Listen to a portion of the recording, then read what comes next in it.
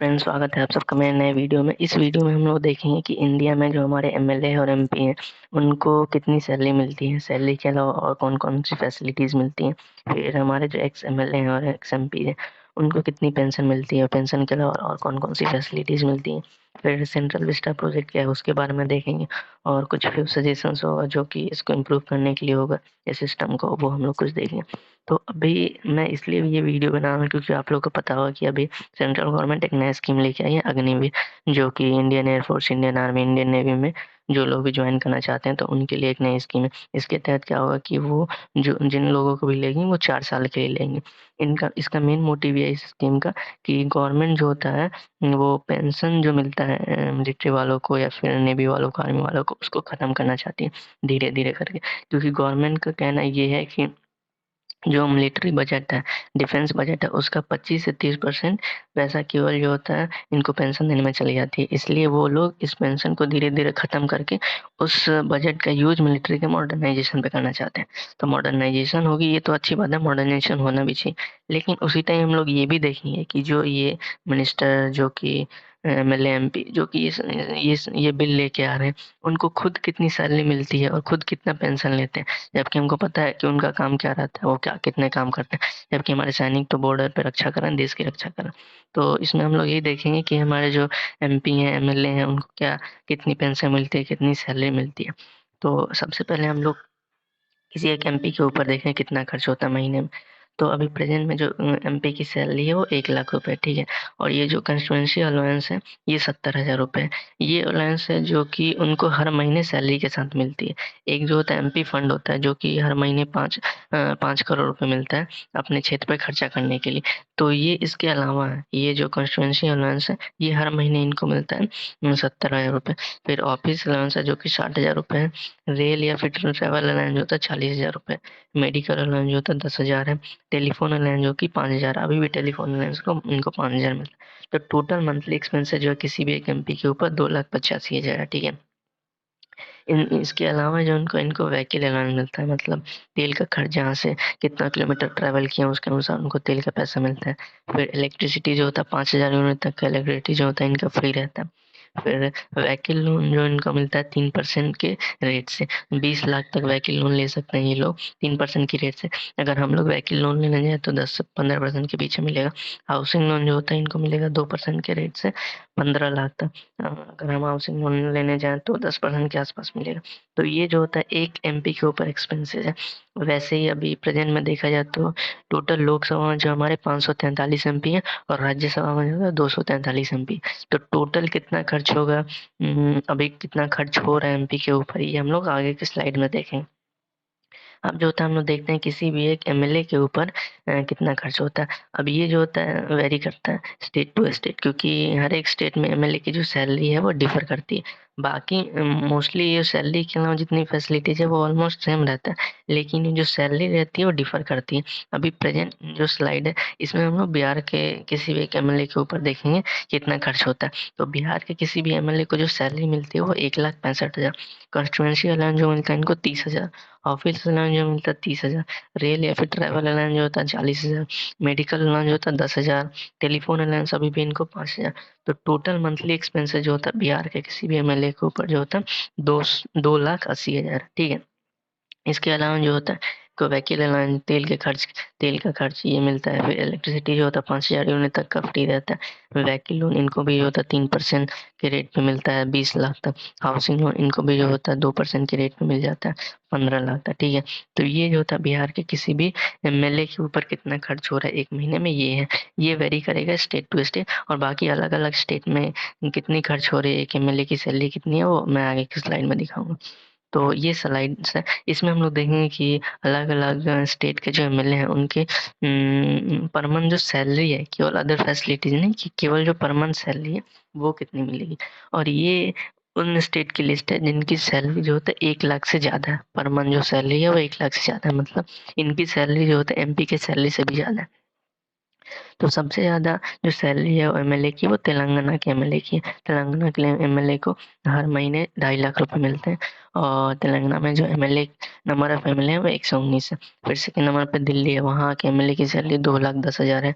MP के MLA की भी सैलरी 2,10,000, यूपी में 1,87,000, बिहार में 1,65,000। ऐसे ही अलग-अलग एमएलए की सैलरी है। गोवा के एमएलए की सैलरी 1 लाख है। तो ये उन स्टेट की लिस्ट है जिनके एमएलए की सैलरी 1 लाख या फिर 1 लाख से ज़्यादा है और ये जो होता है नंबर ऑफ एमएलए।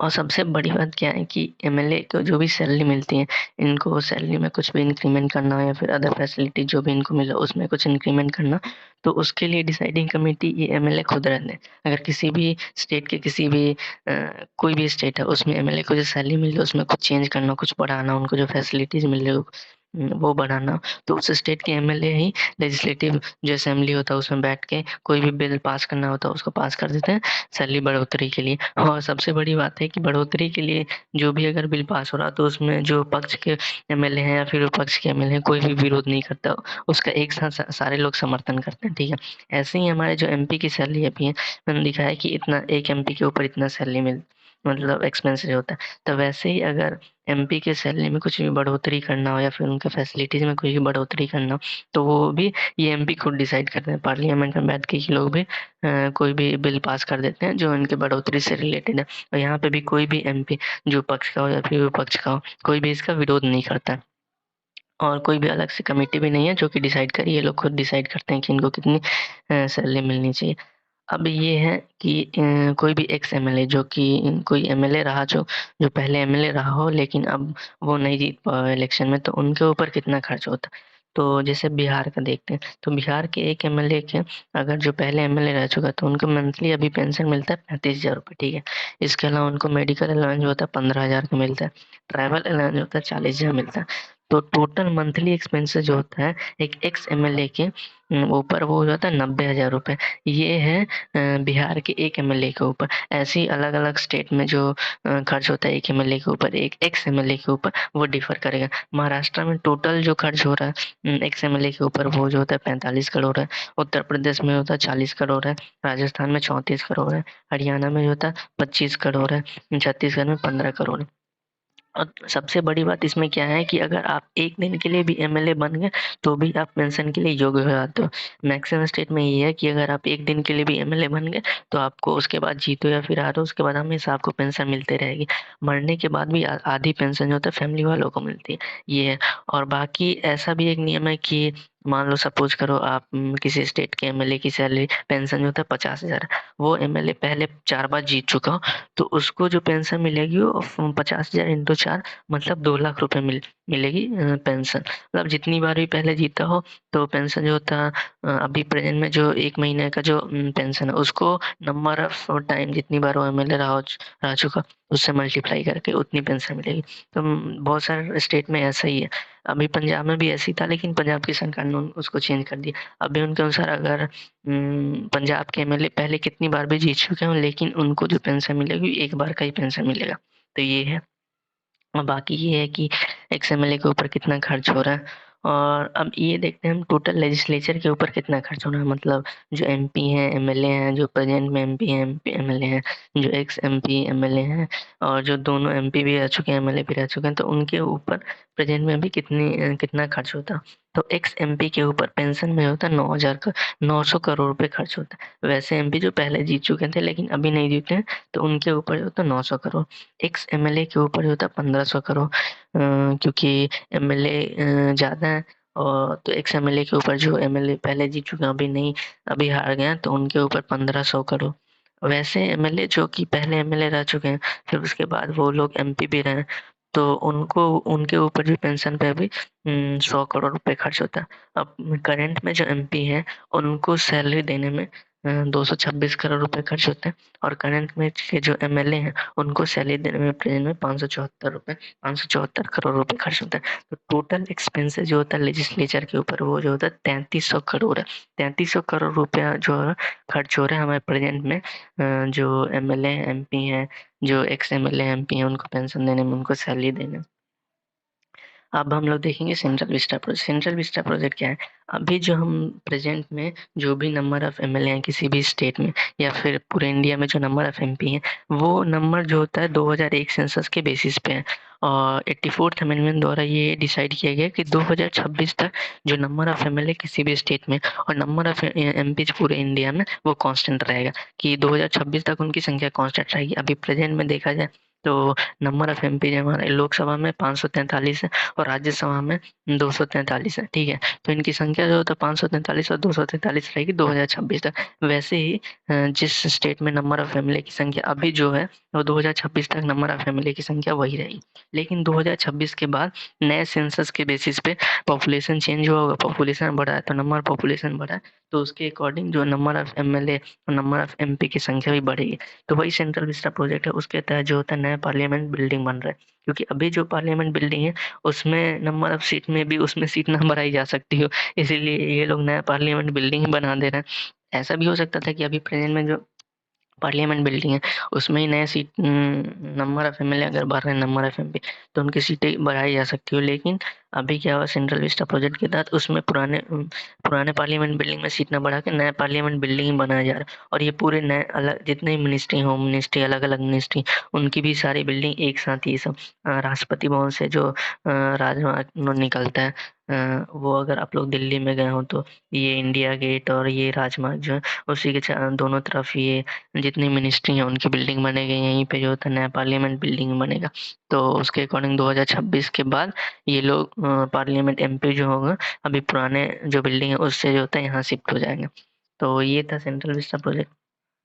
अब हम लोग इसमें देखेंगे कि क्या सजेशन हम लोग इसमें दे सकते हैं कि इतना पैसा खर्च हो रहा है तो उस पे कुछ तो होना चाहिए ना कि कैसे इसको कम किया जा सकता है। जैसे अगर मिलिट्री वालों को के ऊपर पेंशन में खर्च हो रहा है तो गवर्नमेंट ने स्कीम लेके आई, वैसे एमपी और एमएलए के ऊपर भी तो बहुत खर्च हो रहा है तो उसके लिए भी कुछ तो होना चाहिए ना, कुछ फ्यू सजेशन।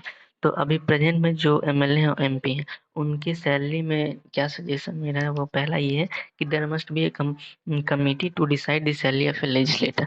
कोई एक अलग से कमेटी होना चाहिए जो कि डिसाइड करे कि किसी भी एमएलए किसी भी स्टेट के एमएलए को कितनी सैलरी मिलेगी और एमपी को कितनी सैलरी मिलेगी।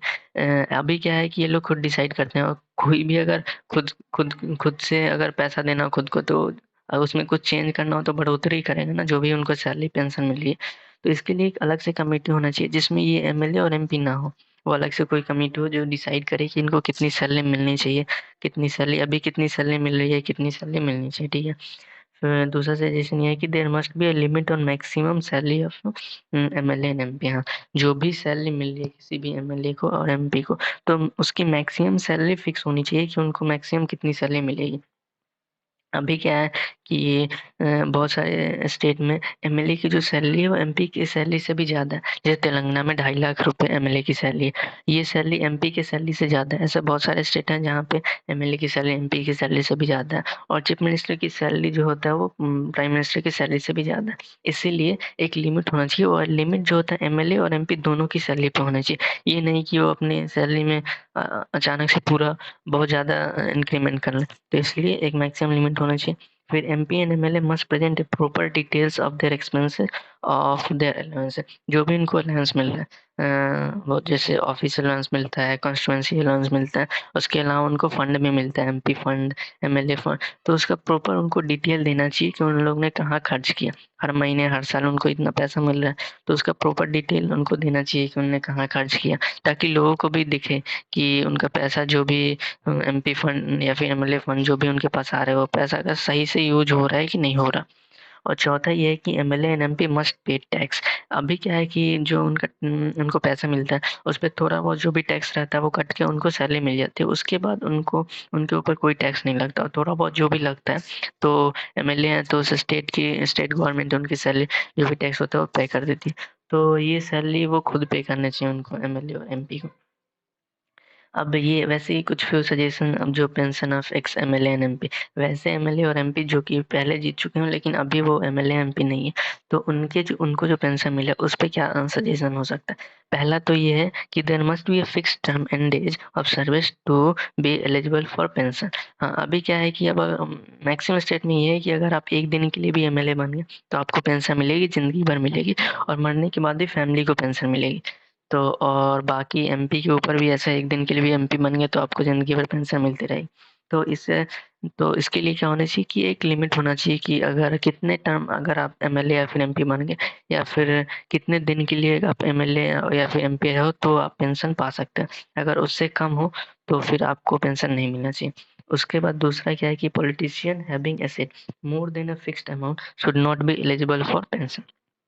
ये है कि अगर किसी भी एमएलए या फिर एक्स एमएलए या फिर एक्स एमपी जिनकी सैलरी या फिर जिनका टोटल एसेट जो होता है कुछ एक अमाउंट से ज़्यादा है, अगर एक फिक्स अमाउंट से ज़्यादा है तो उनको पेंशन नहीं मिलना चाहिए। क्योंकि पेंशन का मेन मोटिव क्या है कि आप पूरे टाइम काम किए हो, उसके बाद तो रिटायरमेंट के बाद आपको इतनी सैलरी मिले ताकि आप अच्छे से लाइफ जी सको।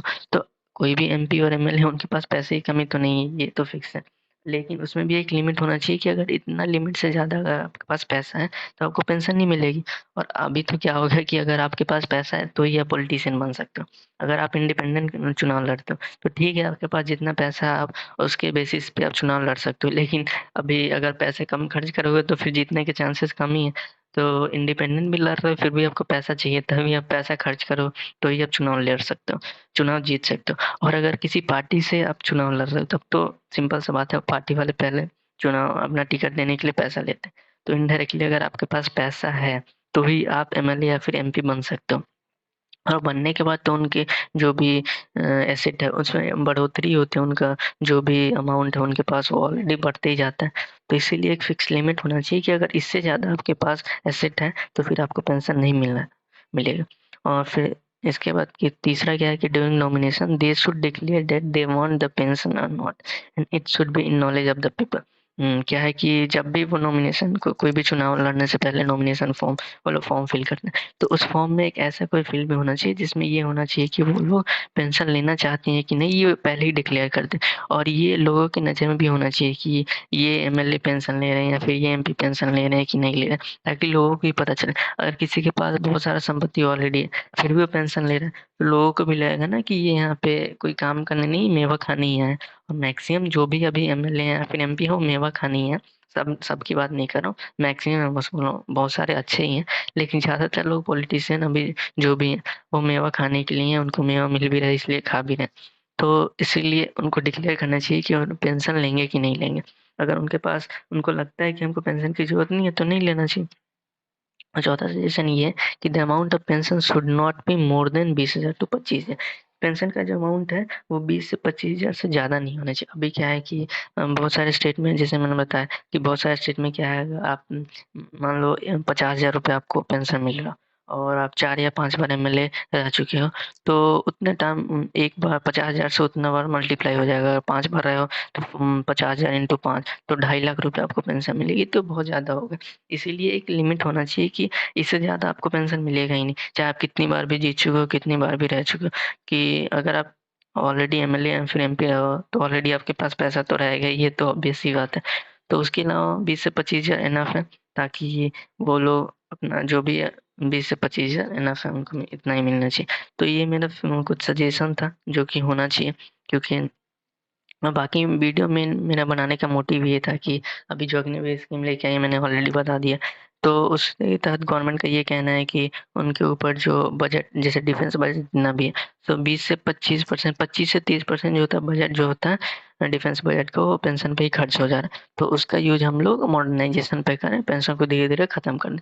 तो अभी हम लोग ने भी यहाँ पे भी देखा कि एमएलए के ऊपर भी जो खर्च हो रहा है, यहाँ पे 3300 करोड़ रुपए इनके भी ऊपर खर्च हो रहे हैं। और एक्स एमएलए के ऊपर 1500 करोड़, एक्स एमपी के ऊपर 900 करोड़, और जो बोथ एमएलए और एमपी दोनों हैं उनके ऊपर 100 करोड़। तो इनके ऊपर भी पेंशन के ऊपर इतना खर्च होना चाहिए। तो इनको भी तो अपने आप के ऊपर देखना चाहिए कि हमारे ऊपर भी तो इतना खर्च हो रहा है, तो इसकी भी कटौती करनी चाहिए यहाँ से। तो ये मेरा सजेशन था। अगर बाकी अगर आपको वीडियो अच्छा लगा हो तो प्लीज़ वीडियो को लाइक कर दें और चैनल को सब्सक्राइब कर दें। बाकी अभी के लिए बाय, जय हिंद।